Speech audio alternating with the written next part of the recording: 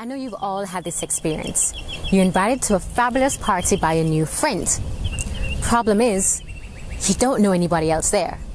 But you rock up nonetheless, full of enthusiasm, walk in the door only to realize that it is a room full of strangers and your friend is nowhere to be found. I'm in that situation all the time because I've just moved to Sydney and I go to a lot of events and parties where I don't know anyone or I only know one person. And I'm usually able to leave there with a bag of new friends. This video will teach you the techniques that I've used to make friends out of those new social situations. I'm going to show you how to approach people you don't know with confidence. Here is your social confidence checklist. Number 1, feel good about how you look. Self-consciousness is equal to self-confidence. Now, I know, ladies, that you have that dress, those heels, that lipstick, those earrings that make you feel like a diva. Wear them. For me, I love this lipstick. Whenever I put it on, I feel like the goddess that I am. So make sure that you're wearing clothes, jewelry, perfume, that makeup, that eyeliner, whatever it is that you need to make you feel amazing. Wear it, because how you look and how you feel about how you look affects how you present yourself. Number 2, be mindful of your posture. I know it sounds really basic, but how you stand has an impact on how you present yourself and how people perceive you. So make sure you're standing up straight. Look at the difference between this and this. Different energy, huh? Yeah. The primary reason for that is because your spine and your torso, that's the main channel of energy for prana, your life force energy to run through. So if you're slouching, it actually creates blocks and interrupts the flow of energy. If you're standing straight, there's a straight, smooth channel for that energy to run through, and you can feel it in your body. The next thing is to keep your chest space open. This is one of the aspects of body language and how to present yourself as being inviting and open to people to approach you. All right? Now, this space is your heart chakra. And in social situations, people need to know that your heart is open.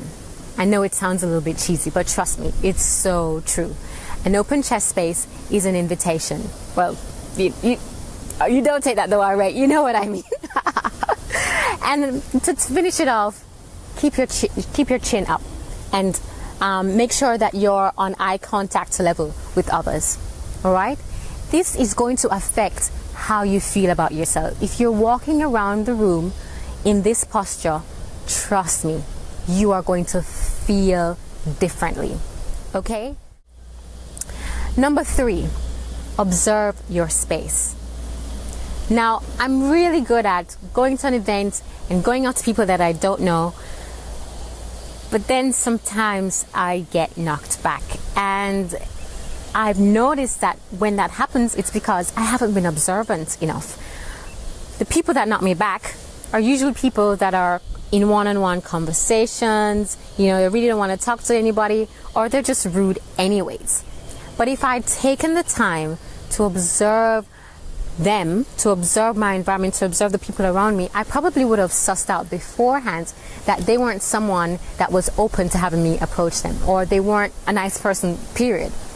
So this is what is the most important thing for you to do, is to observe your space and observe the people around you. Look at their body language. Look at the signals that they're giving out. Look at how they're talking to other people. All right?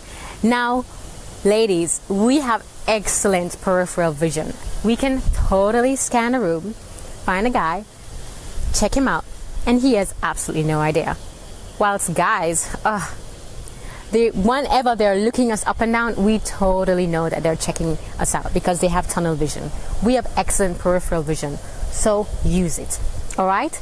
Scan the room and look around and look for people's body language, right? What you're looking for are people who are standing in an open stance, people who are smiling, laughing, talking animatedly.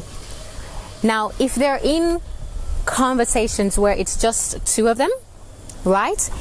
You might approach them, but look at how they're standing. If they're standing like this, that means that they're welcome for a third person to come in.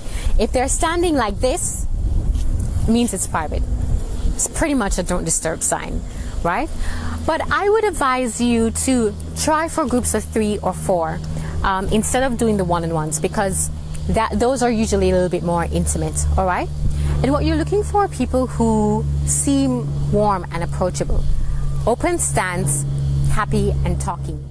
Once you've chosen who you want to approach, look for the compliments, all right? Appearance is usually easiest. Shoes, clothes, handbag, watch, jewelry, makeup, tie, whatever it is that you find striking, that you find that you could say nicely about somebody else, choose it. It is time to go in for the kill, the actual introduction. This is what a confident introduction sounds like. Hello, my name is Lisa Camille. What's your name? Alex, that jacket you're wearing looks so sharp.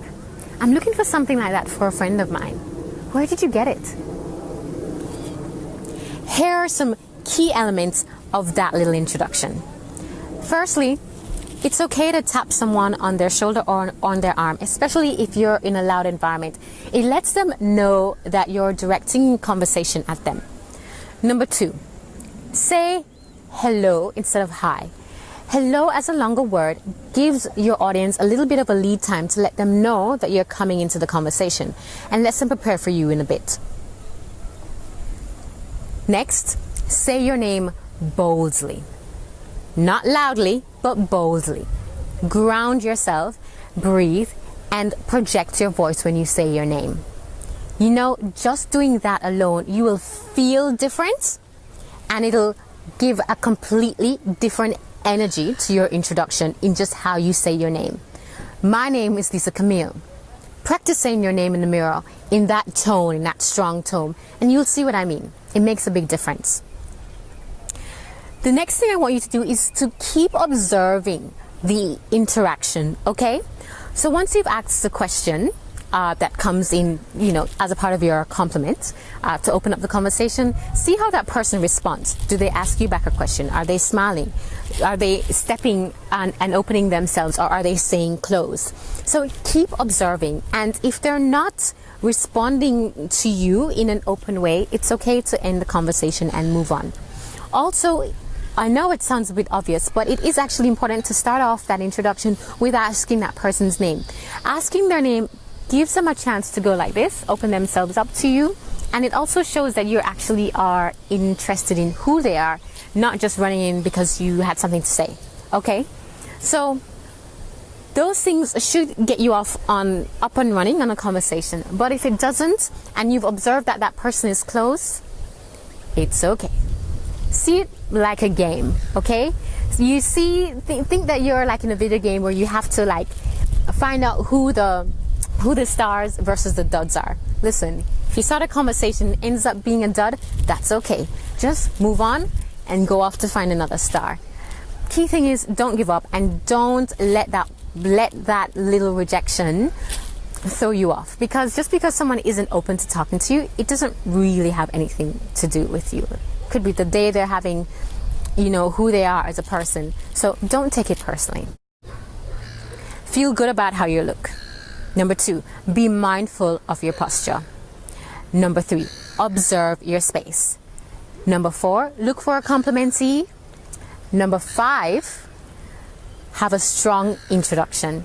And number 6, keep observing.